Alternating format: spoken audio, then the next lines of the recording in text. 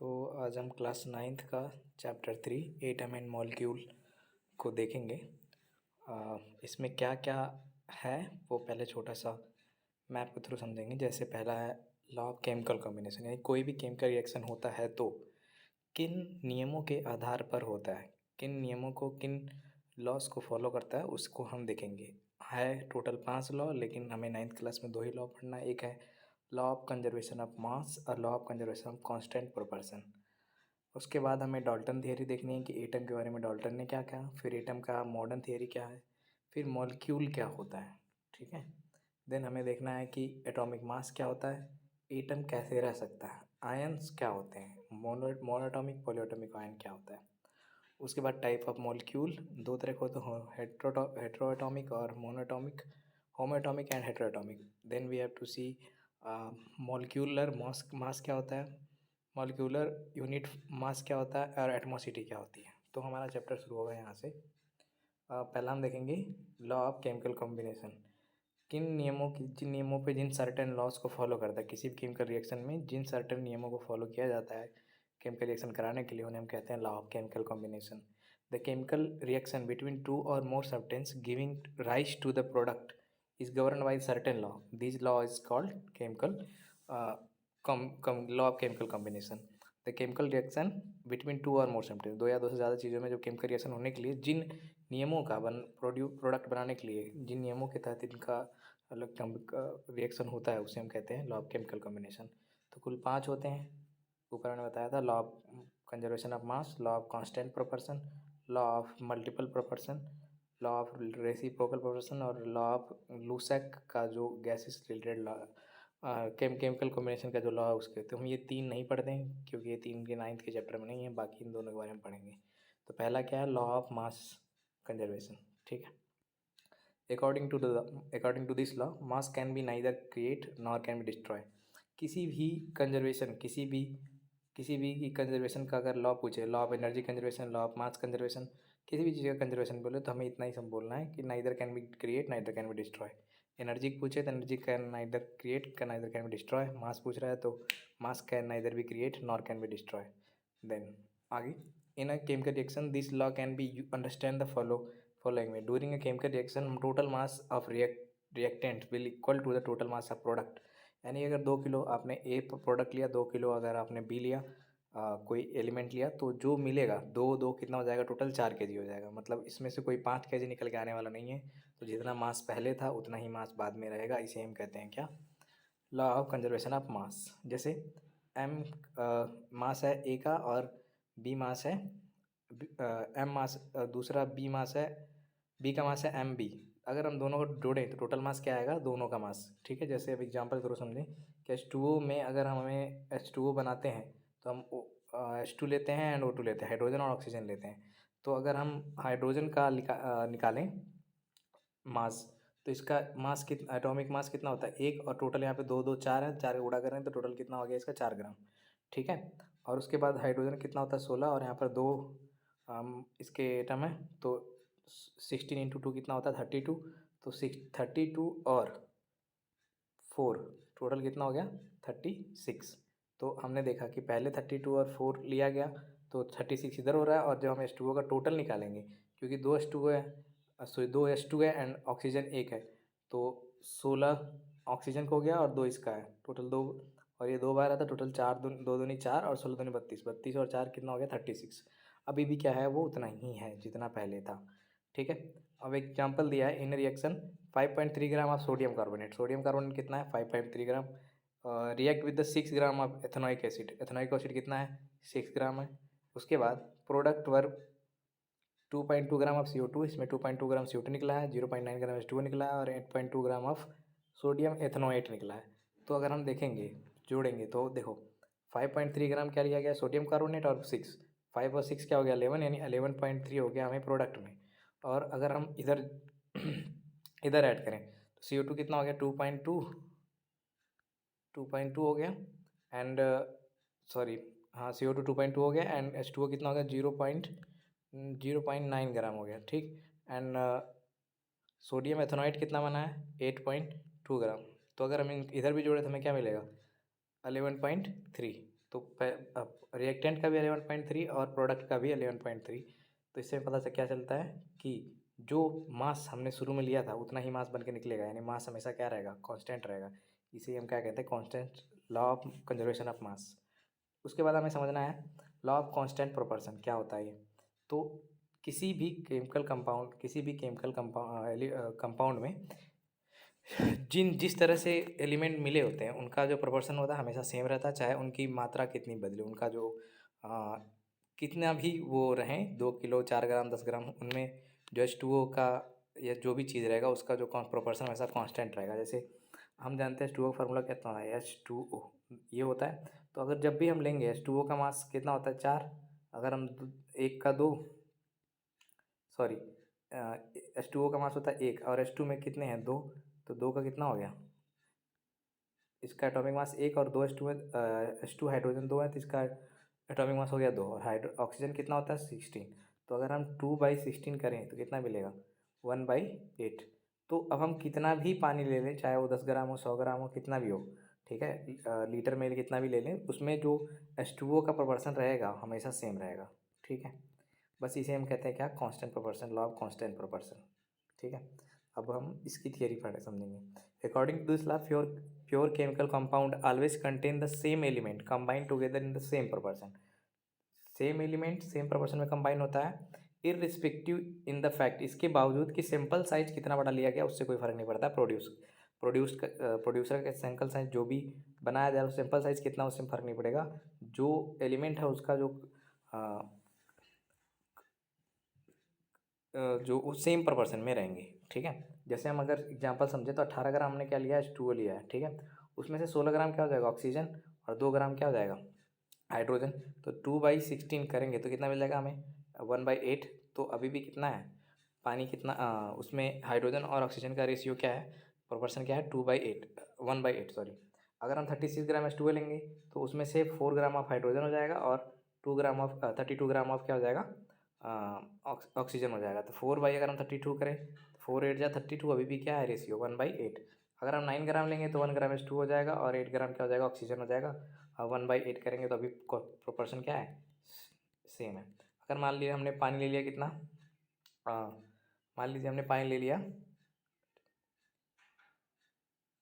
54 ग्राम ले लिया, तो हमने इसमें से 6 ग्राम हमें क्या लेना पड़ेगा हाइड्रोजन, तो कितना बच गया 48। और अगर हम 6 ग्राम हाइड्रोजन लिया और 48 क्या है ऑक्सीजन है, तो अगर हम 6/48 करें तो क्या मिलेगा 6 8 जा 48। तो अभी क्या, अभी भी रेशियो क्या है 48। इस तरह किसी भी नंबर में देखिए आप क्या करोगे कि हमें रेशियो हमेशा क्या बनाना 1/8, उसी रिस्पेक्ट में हमें क्या करना पड़ेगा लेना पड़ेगा, ठीक है। या फिर आप कैसे सॉल्व कर सकते हो, मान लो कि आपको दे दिया कि कोई भी नंबर दे दिया, जैसे मैंने बोला कि 54 ग्राम ले लिया, तो क्या कहेंगे 1 और 8 टोटल कितना होता है 9, 9 इक्वल टू 54, तो 1 इक्वल टू 6। तो 6 ग्राम क्या हो जाएगा हमारा H2O, और 1 यूनिट 6 है, 8 यूनिट कितना हो जाएगा 8 6 48, 48 क्या हो जाएगा हमारा ऑक्सीजन, और 6 यूनिट क्या हो जाएगा हाइड्रोजन। तो इस तरह से किसी भी को हम सॉल्व कर सकते हैं। जैसे एग्जांपल मैं और ले लेता हूँ कि मान लेते हैं 60, कोई भी एक नंबर मान लेते हैं कि इतना ग्राम हमारा क्या है कोई 63 मान लेते हैं कि मान लो 63 ग्राम अब क्या है H2O है, तो 1/8 कितना हो गया 8, 1/8 189 कितना हो गया 9, 9 8 इक्वल टू 63। तो 1 यूनिट इक्वल टू कितना 7। तो 1 यूनिट क्या हो जाएगा इसमें हाइड्रोजन, 7 यूनिट क्या हो जाएगा हाइड्रोजन, और 1 यूनिट 7 के बराबर आता है 7 8 जा 56 यूनिट क्या हो जाएगा हमारा O2 सॉरी ऑक्सीजन। तो अभी भी हम काटेंगे तो हमें क्या मिलेगा रेशियो क्या मिलेगा 1/8। तो कोई भी रेशियो दे देगा और पूछेगा कि बताओ इसमें कितना हाइड्रोजन और कितना ऑक्सीजन है, कितना ग्राम ऑक्सीजन कितना हाइड्रोजन है, तो हम इस तरह से सॉल्व कर लेंगे, ठीक है। नाउ तो हमने ये सब देख लिया कि प्रोपोर्शन क्या होता है सेम होता है। यहाँ पे कुछ एग्जांपल दिया है कि how hydrogen and oxygen combine in the ratio of 1/8 mass to form a water, what mass of oxygen gas would be required to react the completely with the 3 gram of hydrogen. 3 gram hydrogen के लिए कितना ग्राम H2O चाहिए, ठीक है। तो हमें क्या चाहिए हाइड्रोजन कितना है 3, तो हमें इसका ऑक्सीजन का भी इसका 3 का 1 यूनिट किसको दिखा रहा है 3 को, तो 8 यूनिट कितना दिखा रहा है 8 3 जा 24। तो यहाँ पे हमें O2 कितना चाहिए 24 यूनिट, ठीक है। टोटल कितना हो जाएगा 24 और 3 कितना हो जाएगा टोटल 27 ग्राम H2 हो जाएगा। अब हम आते हैं डॉल्टन थ्योरी पे। डॉल्टन थ्योरी क्या है, उन्होंने कुछ law of conservation of mass and law of constant proportion के बारे में बताया। कुछ जो मेन पॉइंट है वो है, बाकी तो ऐसे ही है जो भी है। मेन पॉइंट हम ये देखेंगे कि डॉल्टन थियरी क्या है। पहले उन्होंने क्या बोला कि all matter is made of tiny particle, सारे मैटर टीनी पार्टिकल्स मिलकर बना, जिसे हम क्या कहते हैं, एटम कहते हैं। Atom are invisible particle which can not create or destroy. ये बोल रहे हैं कि एटम को ना क्रिएट कर सकता है ना डिस्ट्रॉय कर सकता है। आगे हम एटॉमिक थियरी में देखेंगे क्या हो सकता है क्या नहीं हो सकता, तो बाद में इसको देखेंगे। Prove the law of conservation of मास। तो इन्होंने क्या करा, इन्हें केमिकल रिएक्शन कह रहा है कि ना क्रिएट कर सकते हैं ना ही डिस्ट्रॉय कर सकते हैं। Atom of an element identical mass and chemical property. कह रहा एटम जो होता है उनका आइडेंटिकल और chemical property, atom of element have identical and chemical property. कह रहे एटम के पास ही अपनी आइडेंटिकल और केमिकल प्रॉपर्टी होती है। ठीक है, तो किसी भी एलिमेंट में किसके पास केमिकल प्रॉपर्टी होती है, मॉलिक्यूल के पास, एटम के पास, या फिर इलेक्ट्रॉन प्रोटॉन न्यूट्रॉन के साथ। तो आंसर क्या होगा, ये डाल्टन थ्योरी के अकॉर्डिंग। तो किसमें होता है वो आइडेंटिकल एटम में। Atom is different, atom of different matter element have different mass and chemical property. कह रहा है अलग अलग एलिमेंट का ना अलग अलग मास होता है और अलग अलग केमिकल प्रॉपर्टी होती है। तो सिंपल सी बात है, अगर हम लोहे का और लकड़ी का वो एटम देखेंगे तो दोनों का अलग मास होगा और अलग केमिकल प्रॉपर्टी होगी। Atom combine in the ratio of small whole number to form a compound. कह रहा है कि जो भी एटम है वो स्मॉल होल नंबर के फॉर्म में कंबाइन होते हैं किसी भी कंपाउंड को बनाने के लिए। जैसे CO2 ले लेते हैं और H2O लेते हैं। तो हाँ, ऑक्सीजन क्या कितना है यहाँ पे, एक सॉरी कार्बन कितना है, एक, ऑक्सीजन कितना है, दो। यहाँ पे H2O में हाइड्रोजन कितना है, दो, ऑक्सीजन कितना है, एक। तो ये सब क्या है, एक परफेक्ट होल नंबर है। तो इसी फॉर्म में हमेशा रहेगा, नहीं कि ऐसे अगर 2.3333 ऐसे करके कोई भी और एटम नहीं हो सकता, ऐसे 2.33 नहीं होगा। ठीक है, हमेशा किस किस फॉर्म में होगा, स्मॉल होल नंबर में होगा। ये कौन कह रहा है, डाल्टन भैया। ठीक है, आगे अब मॉडर्न एटॉमिक थियरी के बारे में क्या है। According to the modern atomic theory an atom is the smallest particle of an element which take part in the chemical reaction. Chemical reaction में पार्ट कौन लेता है एटॉमिक थियरी में, एटॉमिक मॉडर्न एटॉमिक थियरी में, तो atom लेता है। Such during the chemical reaction atom maintain it identity. कह रहा है एटम का आइडेंटिटी सेम रहता है, बदलता नहीं है through out the chemical reaction और फिजिकल चेंज। जो फिजिकल चेंज हो या फिर केमिकल चेंज हो, उस केस में एटम का जो अपनी प्रॉपर्टी है, केमिकल प्रॉपर्टी है, वो बदलती नहीं है। ठीक है, यानी कि अगर H2O में हम एटम ढूंढेंगे तो हमें H2 का अलग दिखेगा और ऑक्सीजन का अलग दिखेगा। ठीक है, क्योंकि इसकी एटम लेवल पे ये अपनी प्रॉपर्टी हाइड्रो और जो भी एलिमेंट होगा वो अपनी एटम की प्रॉपर्टी ही दिखाएगा। H2O में अगर हम मॉलिक्यूल लेवल पे जाएंगे तो हमें मॉलिक्यूल मिलेगा H2O का, लेकिन अगर हम एटम ढूंढेंगे तो हमें किसका एटम मिलेगा, ऑक्सीजन और हाइड्रोजन का। Atom are very small hence can not seen even thro powerful microscope. तो इसको देखने के लिए हम पावरफुल माइक्रोस्कोप की ज़रूरत होती है। Atom are very small and has can not seen even through very powerful. बहुत बहुत पावरफुल माइक्रोस्कोप के थ्रू ही देख पाएंगे, मतलब जनरली नहीं देख पाएंगे। ठीक है, क्योंकि इतने छोटे होते हैं, बहुत ज़्यादा पावरफुल चाहिए। जैसे हाइड्रोजन का दिया है कि इसका हाइड्रोजन का जो एटम का साइज़ है उसका रेडियस कितना होता है, वो कह रहा है कि 0.3 इंटू 10⁻10 मीटर। इसका मतलब क्या, अगर मैं इसको नंबर में बदलूँ तो इसका मतलब क्या हुआ, इसका मतलब ये हुआ कि 0.000000 10 बार जीरो और 37। इसका मतलब क्या है, 10 बार जीरो रहेंगे। ठीक है, इतना छोटा होता है एटम हाइड्रोजन का। तो सोचो कितना छोटा होता है, इसलिए हमें क्या चाहिए, बहुत ही पावरफुल चाहिए लेंस या जो भी। ठीक है, उसके बाद IUPAC, इसका फुल फॉर्म भी याद रखना, कभी कभी पूछ लेता है MCQ में। International union of pure and applied chemistry. Symbol of atom, जो पूरे वर्ल्ड में अगर हम एल्यूमिनियम का सिंबल ढूंढेंगे तो हमें AL ही मिलेगा, बेरियम का हमें BA ही मिलेगा, कार्बन का C मिलेगा। एक बात कौन डिसाइड करता है, तो IUPAC द्वारा डिसाइड होता है सारे सिंबल वगैरह। तो ये सिंबल वगैरह देख लेना, सिल्वर का AG होता है, सल्फर का S होता है, तो ये सब देख लेना। ठीक है, उसके बाद एटॉमिक मास पे आ जाते हैं। एटॉमिक मास क्या होता है, the mass of an atom of an element is called atomic mass. किसी भी एटम, किसी भी एलिमेंट के, the mass of atom of an element, किसी भी एलिमेंट का जो मास है, ठीक है, इज कॉल्ड एटॉमिक मास। यानी किसी भी एलिमेंट,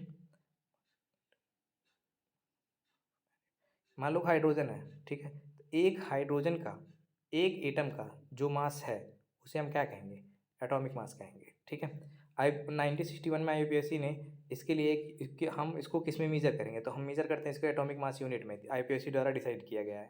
तब जैसे अगर हम घर में सब्जी लेने जाते हैं या फिर हम कुछ भी लेने जाते हैं तो हम बांट के, एक तरफ कोई सामान होता है और दूसरी तरफ क्या होता है, एक बाट होता है जिस पे हम उस पर सामान रखते हैं, मान लो कि इसके 1 kg 2 kg जो भी है, ठीक। तो हम इधर सब्जी रखते हैं, इधर सामान रखते हैं, हम कंपेयर कर लेते हैं। तो जो जब हम एटॉमिक मास यूनिट जो जिसे एटॉमिक मास को मेजर करने के लिए आईपीएसी द्वारा डिसाइड किया गया है, तो वो क्या है, उसे हम कैसे मेजर करेंगे? कुछ भी नहीं है। बस हमें क्या करना है, कार्बन 12 के एटम के 1/12 मास को हम क्या कहेंगे, उससे हम कंपेयर करते हैं। इसी को हम कहते हैं क्या, एक एटॉमिक मास यूनिट। तो इससे हम कंपेयर करते हैं, ठीक है। इधर एक फिगर बनाया हुआ कि हाइड्रोजन का अगर हमें यहाँ 12 होगा, हाइड्रोजन का अगर हमें एक मास, हाइड्रोजन का एटॉमिक मास कितना है अगर हमें ये जानना है, तो कार्बन 12 के मास का 1/12 और इधर हाइड्रोजन का एक यूनिट मास, ठीक है। हाइड्रोजन एटम का अगर एक यूनिट मास लेंगे, एक यू मास लेंगे, तो कंपेयर करते हैं। जैसे अगर हम नाइट्रोजन का एटॉमिक मास होता है 14, एटॉमिक कितना होता है 14, तो हमें कार्बन का कितना होगा, ये यहाँ से यहाँ भी 12 होगा, तो कार्बन 12 का 1/12, ठीक है। कार्बन 12 का 1/12 और क्या है, ये पूरा कितना एक है, और इसमें 14 गुणा कर देंगे तो 14 हो जाएगा, 14 गुणा कर देंगे 14 हो जाएगा। तो इधर 14 और नाइट्रोजन के मास के क्या होगा, बराबर होगा। बेसिकली कंपेयर किससे करते हैं, कार्बन 12 के मास के 1/12 के बराबर एक एक एटॉमिक मास को हम कहते हैं, एक एटॉमिक मास से कंपेयर करते हैं, ठीक है। और अगर हम केजी में एटॉमिक मास को एक्सप्रेस करते हैं तो वो कितना होता है, 1.66 इंटू 10⁻⁻27 kg। ओके, सिंपल सी बात है। अगर मैं आराम सी भाषा में समझाऊँ तो एक एटॉमिक मास यूनिट कितना होता है, अगर हम कार्बन 12 के एटम के एक मास को 12 से डिवाइड करें तो उसे हम कहेंगे एक यू, यानी एटॉमिक मास यूनिट। और हम क्या करेंगे, इसी से हम कंपेयर करके बताएंगे कि बाकी के मास कितने हैं, ठीक है। और हमने देख लिया कि इसको हम केजी में कितना कितना लिखते हैं, तो ये है। कुछ के एटॉमिक मास दिए हैं, हम लगभग उनके एटॉमिक जो हमें एटॉमिक नंबर दिया होता है उसका लगभग डबल होता है, ठीक है। पीरियोडिक टेबल में जो नंबर दिया होता है उसका लगभग डबल होता है, हमेशा सही नहीं है ये। जैसे कि क्लोरीन का 16-17 होता है, बट इसका एटॉमिक मास निकालेंगे तो होना चाहिए 34 होना, लेकिन होता है कितना, 35.5। ओके, तो बाकी का है ऐसे याद कर लेना जो भी दिया है, ठीक है। इतने से काम हो जाएगा, इतना ही आता है। अब लिखा है how do atom exist. Atom exist, atom of most element are very reactive. जो सारे एलिमेंट के जो एटम होते हैं वो काफ़ी रिएक्टिव होते हैं, इसलिए does not exist in free state, यानी अकेले वो फ्री स्टेट में नहीं रह पाएंगे, ठीक है। ओनली नोबल गैसेस कौन, helium, neon, argon, krypton, xenon, radon, ये रिएक्टिव नहीं होती हैं या अनरिएक्टिव होती है, तो यही फ्री स्टेट में रह सकते हैं, बाकी किसी के एटम फ्री स्टेट में नहीं रह सकते। इसका क्या मतलब है, जैसे हम देखते हैं ऑक्सीजन हमने ऐसे ओ बना के नहीं लिखते, बल्कि हम क्या लिखते हैं, O2। इसका मतलब ऑक्सीजन का एक एटम फ्रीली एग्जिस्ट नहीं कर सकता, वो कम से कम 2 एटम या फिर O3 3 एटम के साथ ही रहेगा। तो क्योंकि ये रिएक्टिव है इसलिए फ्री स्टेट में नहीं रह सकता, ठीक है। बस इसका मतलब यही है कि रिएक्टिव होने के कारण फ्री स्टेट में रह सकते हैं कम से कम 2, या जितना भी उसकी प्रॉपर्टी है, जितना भी उसके पास आयन है उसके हिसाब से वो रहता है, ठीक है। तो फ्री स्टेट में ना रहने का मतलब ये है, ठीक है। तो element combine together to form ion, और atom of other element combine together to form a molecule और एटम। तो जब कुछ एटम मिलते हैं तो क्या बनाते हैं, मॉलिक्यूल। तो मॉलिक्यूल बनाएंगे या फिर आयन बनाएंगे। तो एटम पे क्या होता है, आयन खुद अपने आप में दो तरह के होते हैं, कौन से, एक होगा पॉजिटिव और एक होगा नेगेटिव। इसके दो नाम है, आयन और केसन या केटायन, जो भी कहना है। मॉलिक्यूल क्या होता है, न्यूट्रल होता है, क्योंकि यहाँ पर जितने अगर मान लो इस पर प्लस चार्ज है तो उतना ही इसको माइनस चार्ज वाला मिल जाएगा, तो क्या हो जाएगा, न्यूट्रल। तो ये बन जाता है मॉलिक्यूल, और हमेशा होता है न्यूट्रल। ओके, कौन मिलके मॉलिक्यूल बनाते हैं, एटम। एटम मिलके क्या बनाता है, एटम मिलके क्या बनाते हैं, मॉलिक्यूल। नाउ मॉलिक्यूल क्या है, अभी हमने जस्ट बोला, अब वही है, यहाँ पे आ गया। Molecule is a group of 2 और मोर atom which is chemically bonded. Chemically bonded होते हैं, एक दूसरे से जुड़े होते हैं, उसे हम 2 या 2 से ज़्यादा हो सकते हैं मॉलिक्यूल, एटम जो मॉलिक्यूल बनाते हैं। Molecule is smallest particle of matter which can capable of independent existence. तो मॉलिक्यूल इंडिपेंडेंट स्टेट में रह सकता है, चाहे O2 इंडिपेंडेंट स्टेट में रह सकता है, ठीक है, और Na इंडिपेंडेंट स्टेट में रह सकता है। बट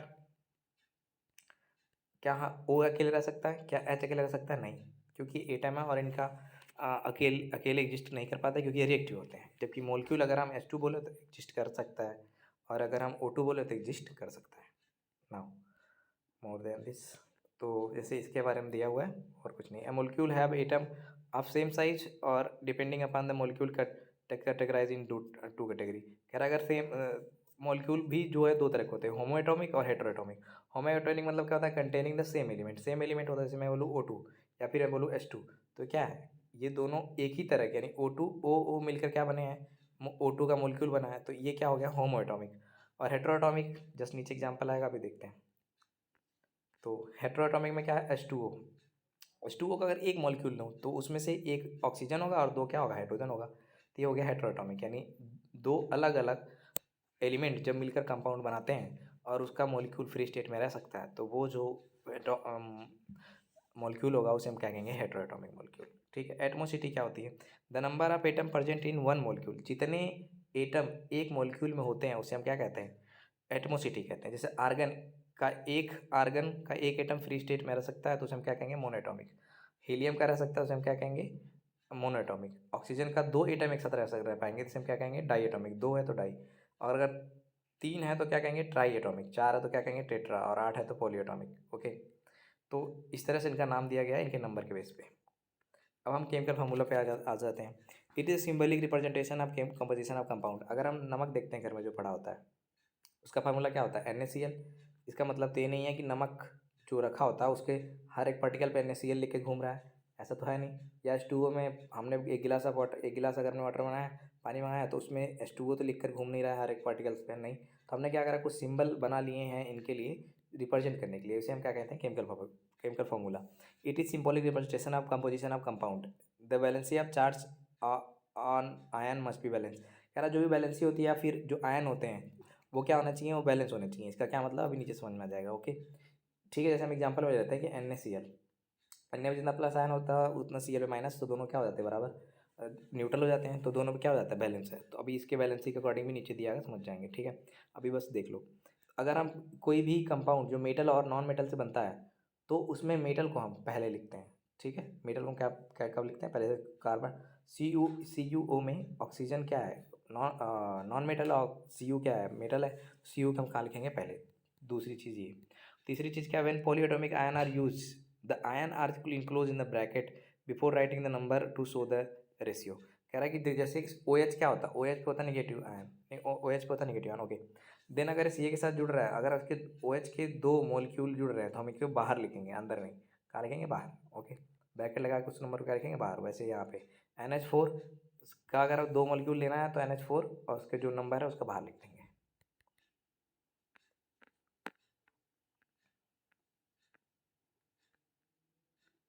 ठीक है, अब आते हैं molecular mass. It is the sum of atomic mass of all atom in a molecule. ये क्या है, सम है किसका, जितने भी एटम हैं एक मॉलिक्यूल में, उसे हम कहते हैं एटॉमिक मास। जैसे H2O के लेते हैं, इसका हाइड्रोजन कितना है, यहाँ पे दो है, और एटॉमिक मास हाइड्रोजन का कितना होता है, एक। तो 2 × 1 कितना हो गया, 2। और ऑक्सीजन का कितना होता है एटॉमिक मास, 16, और इसी 2 × 1 कितना हो गया, 16। तो 16 और 2 कितना हो गया, 18। यही क्या है, मोलिकुलर मास है। क्या है molecular mass, it is the sum of atomic mass of all atom in a molecule of that substance. Formula of unit mass क्या होता है, it is sum of the atomic mass of ion and atom present in the formula. Formula में जो भी present होगा उसका क्या सम है, एटॉमिक मास। ठीक है, जैसे NaCl में NaCl का एटॉमिक मास कितना है, Na का होता है 23, AMU मतलब क्या है, एटॉमिक मास यूनिट, और Cl क्या होता है 35। दोनों का क्या है, एक ही एटम है, दोनों का एक ही एटम है। हम क्या करेंगे, 23 × 1 करेंगे, 35.5 × 1 करेंगे, दोनों को ऐड कर देंगे। ये क्या हो गया, टोटल उसका क्या, फार्मूला मास यूनिट। यानी पूरे फार्मूले का अगर हम मास निकाल लेंगे एक साथ, ठीक है, तो उसे हम क्या कहेंगे, जैसे मॉलिक्यूलर मास निकाल लेगा, पूरे फार्मूले निकाल देंगे, तो उसे हम क्या कहेंगे, फार्मूला मास यूनिट।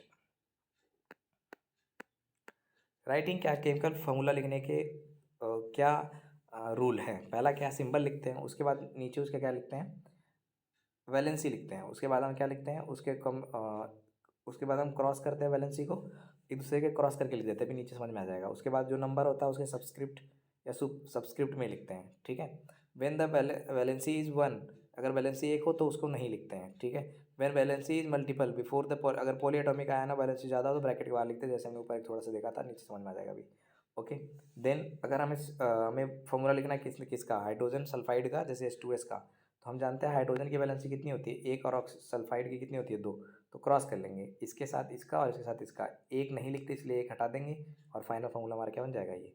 ठीक है, जैसे कार्बन का एटॉमिक नंबर क्या होता है, 4, और ऑक्सीजन का कितना होता है, तो 8 उसकी बैलेंसी कितनी आएगी, बैलेंसी आएगी 2, तो बैलेंसी क्रॉस कर लेंगे CO2 और C4 पर। C2O4 को हम C2O4 ना लिख के क्या लिखते हैं, CO2। उसके बाद 2 हमने कॉमन ले लिया क्योंकि दोनों में से। ओके, आगे हाइड्रोजन हाइड्रोक्लोरिक एसिड, इसका भी बैलेंसी कितनी होती है 1, क्योंकि इसका एटॉमिक नंबर कितना है 17। अगर हम खोलेंगे कितना होगा 2 8 7 7 8 में से घटा लेंगे तो बैलेंसी कितनी मिल जाएगी 1। बैलेंसी वाले चैप्टर में पढ़ना है, देख लेना, अभी तो मैंने पढ़ाया नहीं यूट्यूब पे, बाकी वैसे देख लेना, ठीक है। तो क्या हो जाएगा HCl नाउ। उसी तरह यानी कि हम क्या करेंगे, सबकी बैलेंसी लिखेंगे और उसको क्रॉस कर लेंगे, और इस तरह से क्या हो जाता है हमारा केमिकल फार्मूला लिख लेते हैं। सिंपल सी बात है, पहले क्या लिखते हैं, हम सिंबल लिखते हैं, बैलेंसी लिखते हैं, क्रॉस करते हैं। एक रहेगा तो नहीं लिखते हैं बस, उसके बाद हमको साथ में लिख देते हैं। मेटल और नॉन मेटल में मेटल को पहले लिखते हैं। अगर आयन है तो आयन क्या है, जैसे यहाँ पे एक प्लस है, यहाँ पे एक माइनस है, दोनों जुड़ जाएगा सीधे, बस और कुछ नहीं। आयन होता क्या है, आयन में बी डिफाइन एज एटम और group of atom having positive और नेगेटिव चार्ज। आयन कुछ नहीं है, किसी भी एटम पर पॉजिटिव और नेगेटिव चार्ज है। सम पॉजिटिवली चार्ज आयन, जैसे Na पे क्या होता है प्लस चार्ज। हम Na प्लस चार्ज क्यों होता है, अगर हम देखेंगे कि Na का एटॉमिक नंबर कितना होता है 11। अगर इसका हम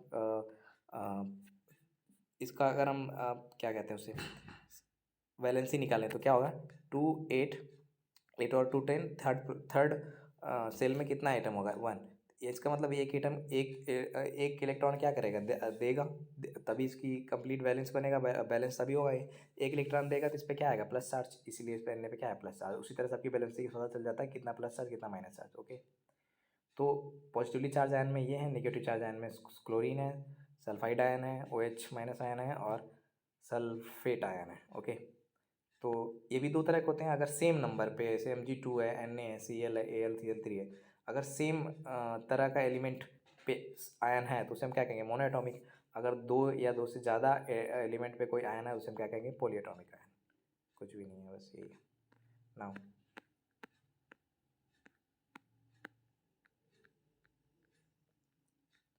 उसके बाद मोलर कंसेप्ट क्या होता है, the molar mass of substance is the mass of 1 mole of that substance. Molar mass क्या है, किसी सब्सटेंस का 1 मोल, ठीक है। और ये कितना होता है 6.022 इंटू 10 की power 23 of that element. Okay, जैसे हाइड्रोजन का एटॉमिक मास कितना होता है 1, यानी इसका मोलर मास कितना है 1 ग्राम पर मोल। नाइट्रोजन का एटॉमिक मास कितना होता है 14 तो उसका नाइट्रोजन का एटॉमिक मास मोलर मास कितना हो जाएगा 14 ग्राम पर मोल। उसी तरह अगर मोलर मास S8 देखना है, कितना S है यहाँ पे 8S है, और S का एटॉमिक मास कितना होता है 32 मल्टीप्लाई कर देंगे 256 ग्राम पर मोल, इसका क्या हो जाएगा एटॉमिक मोलर मास हो जाएगा। देन फिर अगर हमें Cl का किसी कंपाउंड का निकाल रहे हैं तो क्या होगा Cl का कितना होता है 1, और इस Cl का कितना होता है 30, ये यहाँ बीच में प्लस होगा 13.5, तो अगर हम निकालेंगे कितना आएगा 36.5 ग्राम पर मोल, इसका क्या हो जाएगा मोलर मास। मोल कंसेप्ट क्या है, ग्रुप ऑफ 6.022 इंटू 10 की पावर 23 पार्टिकल्स। पार्टिकल्स में एटम हो सकता है, मोलिक्यूल हो सकता है, आयन हो सकता है, of a substance is called mole of that substance. एक मोल एटम में कितने, एक mole of atom is equal to 6.022 into 10 की power 23 atom. 1 mole of molecule भी इतना ही होता है, ठीक है। कुछ नहीं, क्या लिखा है ग्रुप ऑफ, इतने पार्टिकल्स का जब ग्रुप होगा तो उसे हम क्या कहेंगे 1 मोल कहेंगे। कुछ नहीं, इतने पार्टिकल्स के ग्रुप को क्या कहेंगे 1 मोल, बस। A mole of atom of an element has equal mass to atomic mass of a element. उसके एटॉमिक मास के इक्वल मास होता है किसी भी 1 मोल का। ओके, तो नंबर ऑफ मोल अगर हमें निकालना है तो क्या होगा गिवन मास अपन में मोलर मास। अगर नंबर ऑफ मोल निकालना है तो क्या होता है गिवन नंबर ऑफ पार्टिकल अपन में वगैरह नंबर, ठीक है। इसको कुछ सिंबॉलिक का रिप्रेजेंटेशन है। इस तरह से थ्योरी वाला पार्ट खत्म हो गया। उसके बाद percentage of N atom is given compound क्या होता है परसेंटेज ऑफ एलिमेंट इंटू 100 अपन में मास ऑफ कंपाउंड, ठीक है। तो फॉर्मूला अगर हमें न्यूमेरिकल करना है तो उसके लिए कम से कम 100 लाइक होनी चाहिए, 100 लाइक।